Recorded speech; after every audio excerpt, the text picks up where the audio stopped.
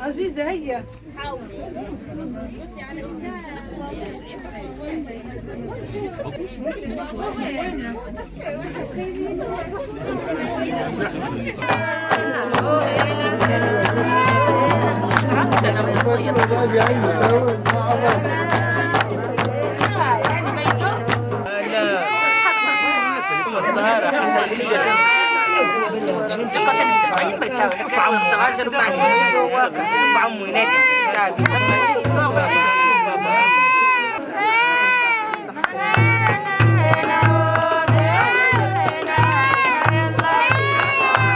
طبعا هذا واحد من احدى فعاليات مهرجان غد السياحي اللي هو بيت الختان.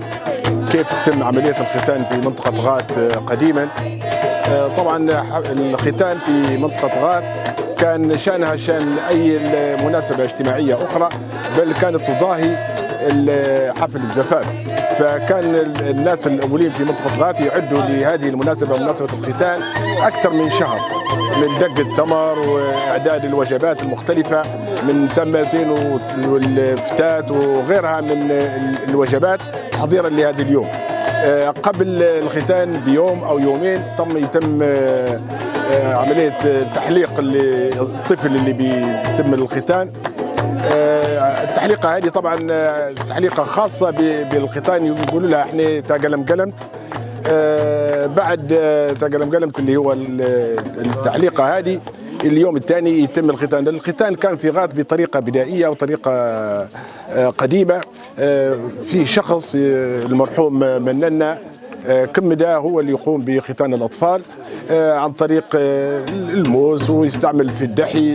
اول ما يتم ختان الولدي يحطوا له طرف دحي، يتم كسره ويحطوا الدحي في مكان الختان.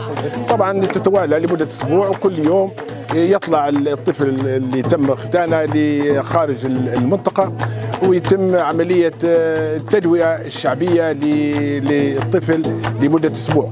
طبعا بعد اسبوع، اليوم الاخير من الختان، يتم عمليه النساء يقومن بحفل ختان، حفل ختام لهذا الختان، ويتم توزيع الوجبات المختلفه على الاقارب وعلى الجيران.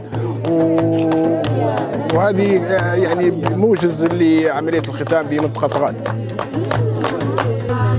تفضل شاي لكنني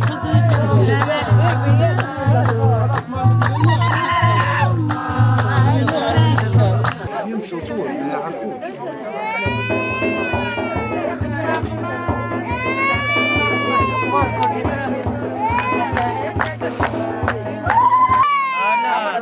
لفة سيدة هي الصوح يا والسينة فقصة هي منع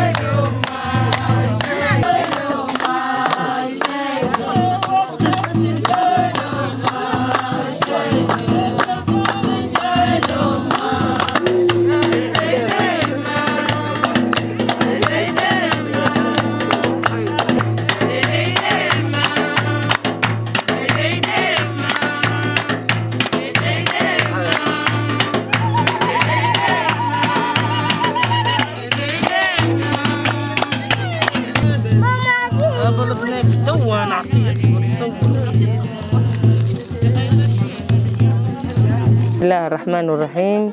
بيت الختان هذا بالنسبة للقديم كانوا الناس يجيبوا يوتوا للختان بالنسبة للبقوليات والزميطة وشوية التمر يدقوها يوتوها للولاد الطهارة باش يجهزوا التجهيزات هذه كلها يوتوها للختان. بالنسبة للمأكولات اليوم الثاني يبدأ في الحنة، الصغار كل يجيبوهم في الليل يقعدوهم في مكان واحد يحنوهم ويحلقوا لهم، يديروا لهم تحليقة معينة بالنسبة خاصة للختان بالنسبة للتحليقة هذيك.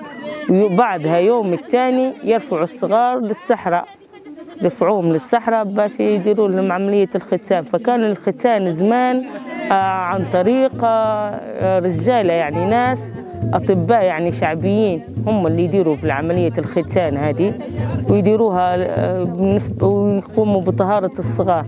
خلاص تتم طقوس الطهارة والحفل بعد الختان هذا تبدأ عملية الحفلة ويديروا شوية دشيشة ويديروا هذه شنو اسمها العصيدة عصيدة بالرب ولا بالسمن. بالنسبة في القديم هذا اللي يديروا فيه بالنسبة للطهارة. وينها؟ عافك هذيك راحت. أنا أمس برد عليك قبل نقول لك قاعدة عندي وماني عاطيها لكم. ايوه يا سلام.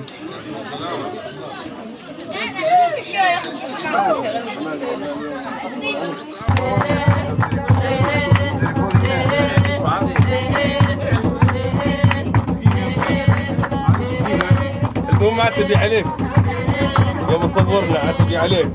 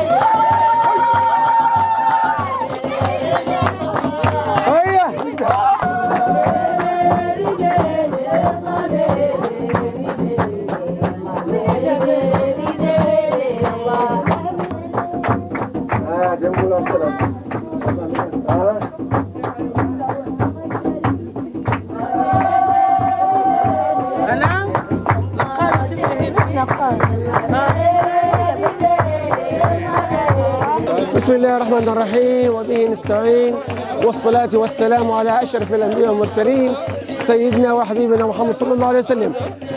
نحن نعيش اليوم الثاني من فعاليات مهرجان غادة السياحي الدولي، ونحن الآن في وسط بيت الفرح.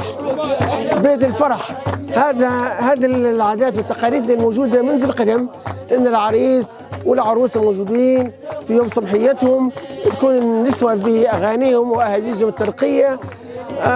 وقبلها طبعا يكون في ليلة اسمها ليلة الحناء وليلة الزفة والدخلة، إلى أن نصل هذا اليوم اللي هو يعتبر زي يوم الصبحية، يوم التبريكات لكل العرسان والعرايس من قبل أهل المنطقة ولضيوفهم ولكل من أتى لحضور هذا. وتحية شكر وتقدير لقناة الحدث اللي تتابع معنا هالبرنامج أول بأول، وربنا يبارك فيها وإن شاء الله موفقين. سمي بسم الله والصلاة على الرسول صلى الله عليه وسلم. أما التراث هذه في الحقيقة يعني ما تقدرش حتى تعبر، ما تقدرش يعني تشبه فوق من 1000 سنة متداول ولا أكثر، والتاريخ مربوط معناها موجود. هذا شيء صعب وما نقدرش ان نعبر، ما نقدرش نحق. بسم الله ما شاء الله.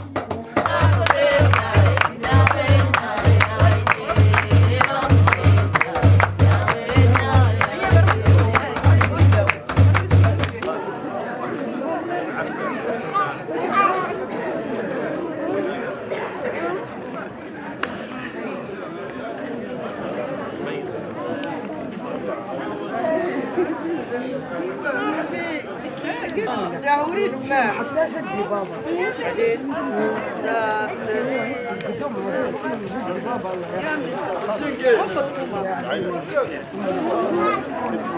وين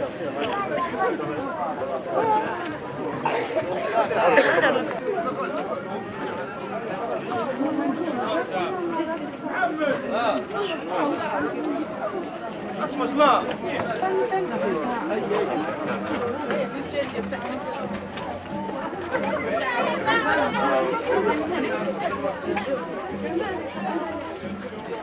وين اسمع انتوا مو مشيتوا غادي من نفسكم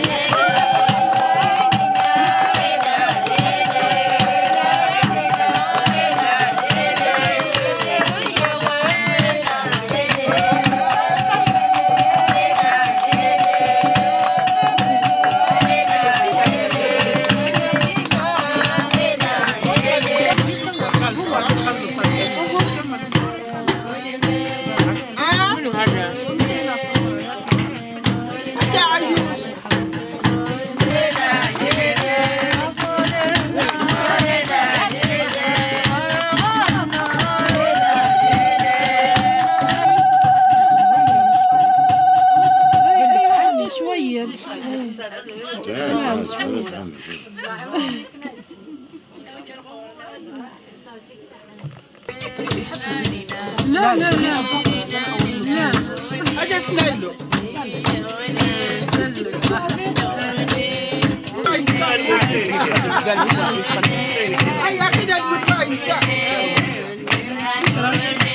صار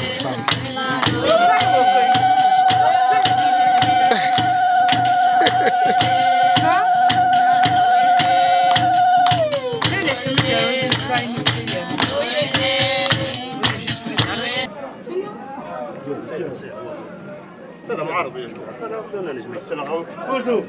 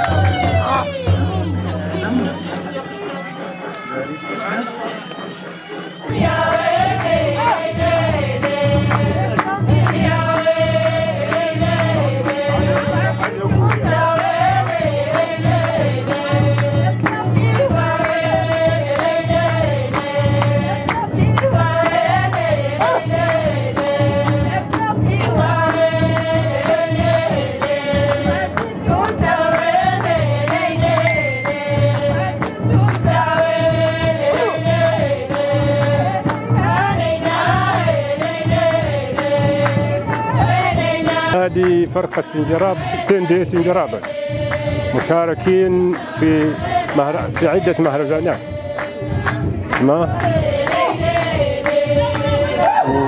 السلام عليكم. هذا مهرجان غاث السياحي نحييه، وهذه فرقة تنجرابا التراث القديمة، وهي أحسن فرقة الحقيقة اللي ريتها موجودة في مدينة غاث، تحيي في التراث الشعبية ونحن الحمد لله على جميع الفرق اللي موجودة معنا هنا في منطقة غات تحيي المهرجان.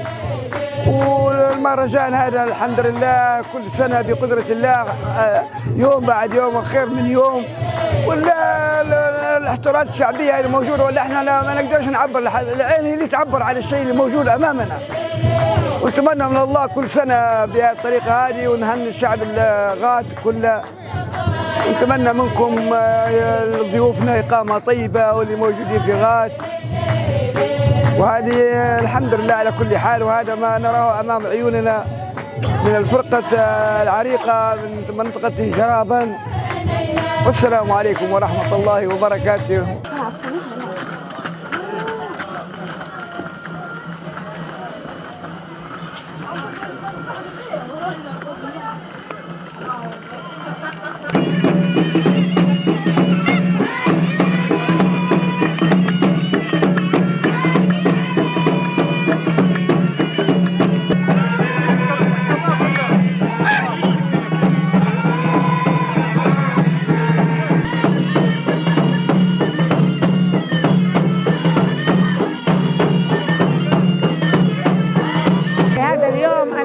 جدا. طبعا حضرت المهرجان الدولي السياحي في مدينة غات لدورة 28، وكان بالفعل سواء يوم امس يوم مميز في الصحراء الليبية.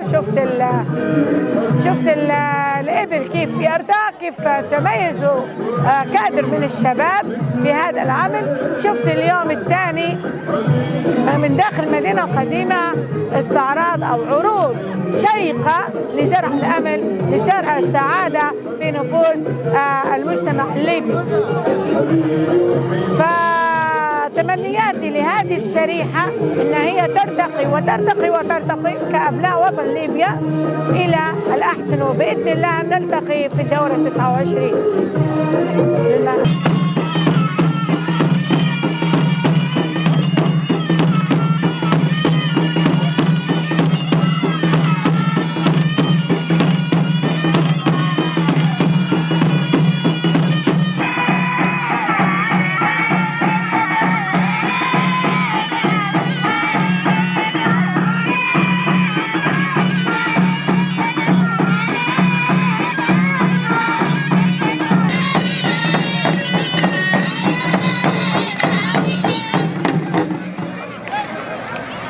محترم.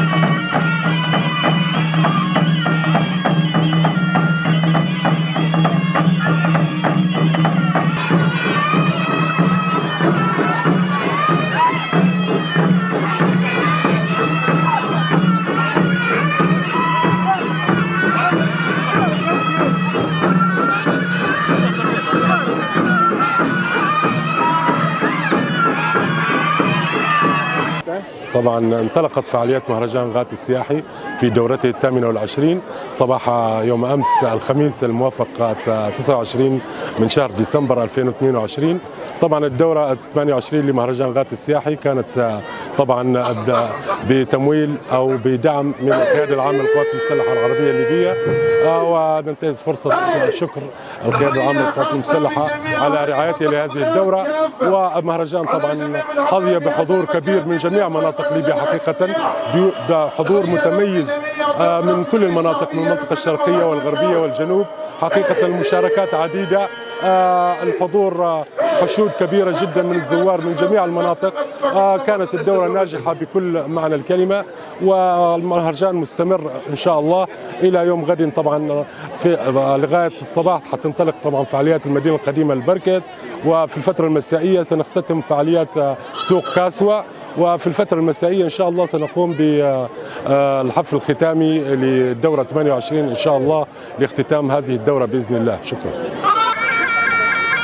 على تمام الساعة 10 صباحا. بسم الله الرحمن الرحيم وبه نستعين. طبعا اليوم ثاني أيام مهرجان غات السياحي في دورته 28. طبعا فعاليات جميلة جدا بحضور زخم وزاخر من مختلف مناطق المدن الليبية. الحمد لله انتهت اليوم فعاليات اليوم الثاني وفي انتظار اليوم الثالث. طبعا انطباعاتي أجواء جميلة جدا، تنظيم فوق المستوى، اللجنة الأمنية قائمة بدورها، اللجنة العليا لمهرجان غات السياحي أيضا توزيع بالنسبة للمناطق. في اليوم الأول تيهي ناربا كانت أجواء جميلة جدا، وفي اليوم الثاني نفتتح فعاليات المدينة القديمة، وغدا إن شاء الله حيكون فعاليات المدينة القديمة بالبركة.